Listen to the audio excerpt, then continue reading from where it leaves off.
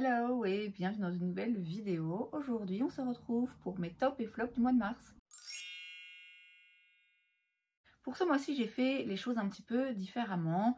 J'ai testé que 9 produits. Et bien qu'il y ait clairement des gagnants et des perdants, c'est quand même un peu compliqué de faire une vidéo top et flop avec juste 3-4 produits. D'habitude après ma vidéo top et flop vous avez la vidéo bof, les produits qui tombent un petit peu entre les deux. Cette fois-ci il n'y aura pas cette vidéo et simplement je vais vous parler aujourd'hui des 9 produits que j'ai testés pendant le mois de mars et je vais les classer du pire au meilleur. Les classements c'est vraiment difficile pour moi et c'est forcément sujet à changement en fonction de mes envies, de mon humeur et de mon teint de peau. Et puis comme toujours, s'il y a là-dedans un produit que vous aimez et que moi j'aime pas, grand bien vous fasse, tant mieux pour vous. Ça reste un avis tout à fait personnel. Donc je vais commencer avec le pire produit, celui que j'ai d'ailleurs testé qu'une seule fois, c'est l'highlighter Chromazone de chez Shiglam dans la teinte Lucide.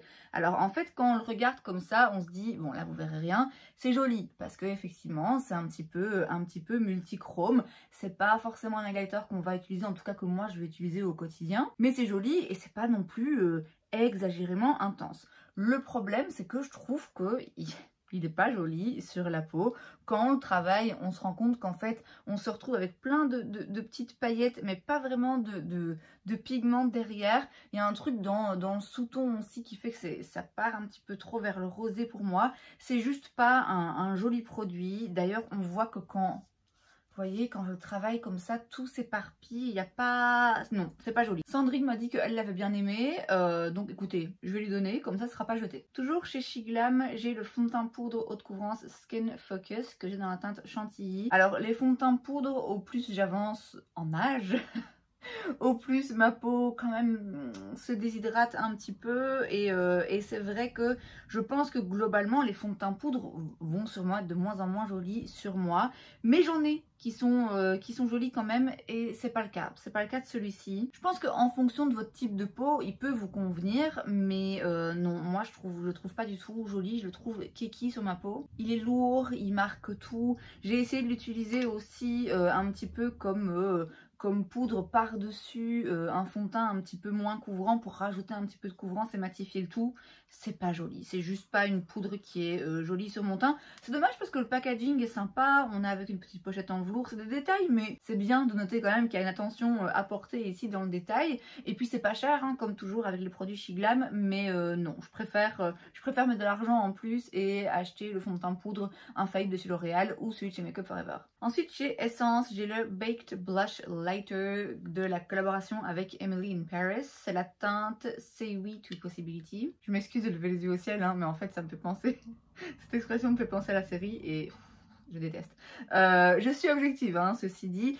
Le produit est joli. C'est un highlighter rosé cuit, donc c'est très très beau, mais en fait c'est inutilisable pour moi, en tout cas pas là tout de suite. Parce que en highlighter, c'est trop foncé, de toute évidence, et en blush, c'est beaucoup trop lumineux à mon goût. J'ai essayé de l'utiliser un petit peu comme un entre-deux, un blush topper pour venir faire la liaison avec un highlighter. Ça fonctionne pas, c'est pas adapté à l'incarnation. Maintenant, c'est pas un mauvais produit. En fonction de votre teint de peau, c'est joli, ça peut être joli.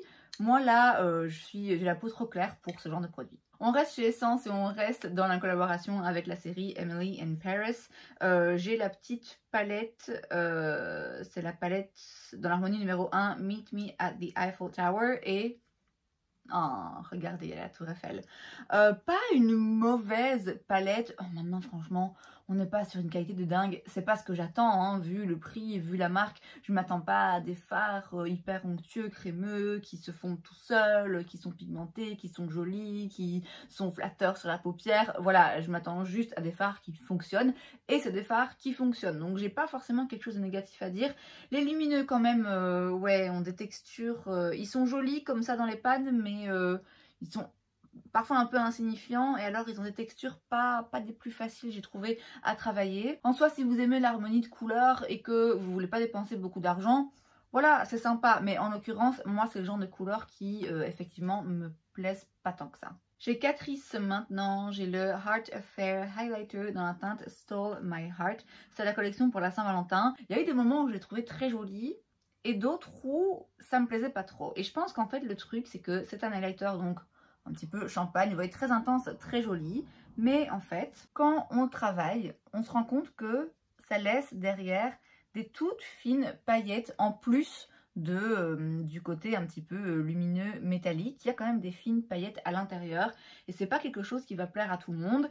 Et je pense que c'est pour ça que ça m'a pas toujours plu, parce que par moments c'est ce que je recherche. Vous savez que j'aime les paillettes et ça me dérange pas. Et à d'autres moments, je trouve que du coup ça a un côté ouais, qui me dérange un petit peu. C'est pas l'highlighter le plus flatteur, le plus crémeux, le plus dingue.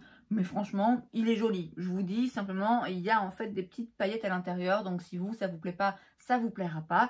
Mais si ça vous dérange pas, voilà, c'est un shot highlighter, un petit packaging en cœur, voilà. J'ai ensuite le Sunside Bronzer de chez Shiglam que j'ai dans la teinte Morning Beam. Alors je m'étais dit qu'il serait beaucoup trop clair pour moi et finalement ça fonctionne. Quand je l'avais acheté l'année dernière, j'avais déjà pris des couleurs et donc c'était clairement inutilisable sur mon teint un petit peu allé. Là je me suis dit avant de reprendre des couleurs c'était le moment idéal pour l'utiliser, même si c'est vrai qu'en les regardant je me disais ça risque quand même d'être toujours un petit peu trop clair. Et en fait non, quand on travaille dans le teint et quand on le construit, il se voit, bon là vous verrez pas grand chose, mais il se voit et il marque quand même. En ligne et comme ça paraît beaucoup plus froid qu'une fois qu'on le travaille dans le teint, donc faites attention à ça. Cela étant dit, c'est une très jolie teinte parce que sans être froide vraiment, c'est pas non plus un bronzer trop chaud, je vous dis, c'est un petit peu plus chaud une fois qu'on le met sur le teint que dans le pan, en tout cas sur mon teint, mais c'est vraiment un beau sous-ton et vu qu'il est très clair, moi j'arrive à le faire fonctionner quand même en le construisant, mais je pense que sur les peaux encore plus claires que moi, ça peut être un chouette bronzer qui est pas trop intense, il se fout bien, il se travaille bien, il n'y a rien d'extraordinaire dans ce produit, mais il fonctionne. Ensuite on arrive dans le top 3. Et on a un produit Kiko. C'est un produit que j'avais pris, que j'avais même pas vraiment acheté parce qu'il y avait une offre à un moment donné où si vous achetiez 3 produits, vous pouviez choisir parmi une sélection de produits un produit gratuit.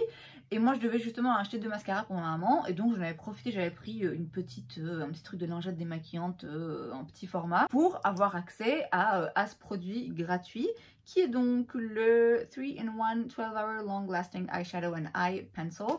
Et donc d'un côté vous avez un crayon, moi c'est l'Harmonie 01, donc c'est un crayon noir qui franchement il marque bien, il est intense, il est crémeux, il est agréable à utiliser, il tient bien. Alors du fait qu'il soit bien crémeux et qu'il glisse bien, quand je le mets en liner fumé et que je l'étire, bon c'est vrai que je peux avoir un petit peu de produit qui coule un petit peu là vers le coin externe, mais franchement c'est vraiment rien de dramatique. Et puis de l'autre côté vous avez un petit fard à paupières un petit peu champagne comme ça, métallique. C'est pas dingue mais c'est joli et en fait c'est le genre de produit qui peut être vraiment très utile quand vous n'avez pas envie de vous prendre la tête, quand vous voulez un truc qui prenne pas de place, quand vous voulez un truc qui soit rapide, vite fait. C'est vraiment un 2 en 1 et pour le coup c'est un 2 en 1 qui fonctionne. Je vous dis on n'est pas sur le truc métallique là hyper intense, mais pour un look au quotidien ça fonctionne et du coup c'est hyper pratique, c'est efficace, vraiment un chouette produit. Ensuite chez Makeup by Mario, j'ai le Soft Pop Plumping Blush Veil dans la teinte Rose Crush. Alors je pensais l'aimer un petit peu plus, bien que ça ait l'air comme ça d'être le même genre de formulation que leur bronzer que vous savez, j'adore. Je l'aime pas autant que le bronzer, mais je pense que c'est dû à la teinte. En fait c'est plus pigmenté, hein. C'est plus pigmenté que le bronzer qui est très... qui se fond vraiment très bien dans la peau. Là c'est quand même un peu plus intense en pigment, c'est un peu plus opaque je dirais. Alors ça reste très joli et je l'aime beaucoup, mais c'est vrai que du coup je pense que j'aurais dû prendre une autre couleur qui se fonde peut-être un peu plus facilement dans mon teint sans que je doive trop aller faire tourner la matière en fait, mais sans doute que quand je serai plus bronzée je l'aimerai davantage. Mais c'est une très belle formulation, très spéciale, une très belle couleur, juste pas dans mes goûts du moment. Et la première position, avec quand même un petit problème, mais c'est de ma faute, c'est l'anti-cerne de chez Fenty, c'est le Wear Even Hydrating Longwear Concealer. J'ai la teinte 140N et en fait la teinte est trop claire. Alors, l'applicateur est comme ceci, c'est une chouette forme d'applicateur. La formulation, j'aime vraiment beaucoup. J'avais peur que ce soit très peu couvrant et que ce soit, vu que c'est hydratant, vous voyez que ça bouge partout. Franchement, je pense pas avoir déjà vu un anti-cerne hydratant qui est pas sec, qui est pas kiki sous les yeux, vous voyez, qui est vraiment juste qui hydrate à tous les yeux, qui est joli et qui ne file pas dans les plis. Alors, c'est un anti-cerne, c'est une matière crémeuse à un endroit où vous avez plein de petits plis, en tout cas où moi j'ai plein de petits plis. C'est comme ça, il n'y a rien à faire, à un moment donné la matière va aller s'accumuler dans ces petits plis, mais très peu et franchement beaucoup moins que ce à quoi je m'attendais. Donc c'est vraiment une très jolie texture.